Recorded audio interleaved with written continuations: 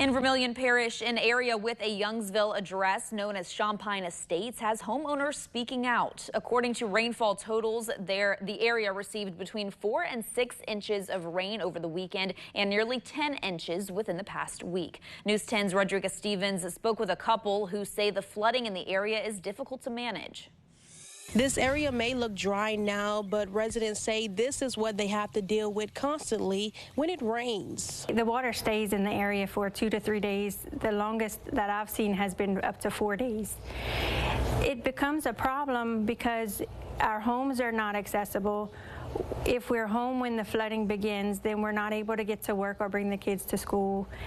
There are people with medical needs in the neighborhood, so that's an even more serious problem that they're facing. Jessica Scott and her husband Luca, who are longtime homeowners, say residents have to schedule their lives around the forecast. Is the tide high? Is the wind blowing from the south? You know, what is the actual forecast of rain? How many inches are we anticipating? Are the waterways surrounding us full of water already, that the water won't have anywhere to go if it rains anymore? There's so many things to consider, and it takes a lot out of you. The couple says flooded roads happen frequently with 2 to 3 inches of rain.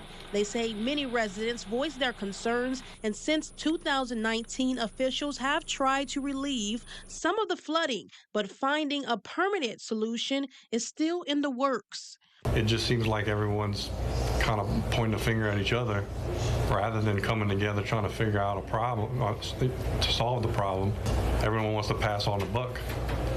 And you got people who are dealing with this all through that neighborhood. And I don't know many other places where they have 2.5, 3 feet of water where you can't access your home for days.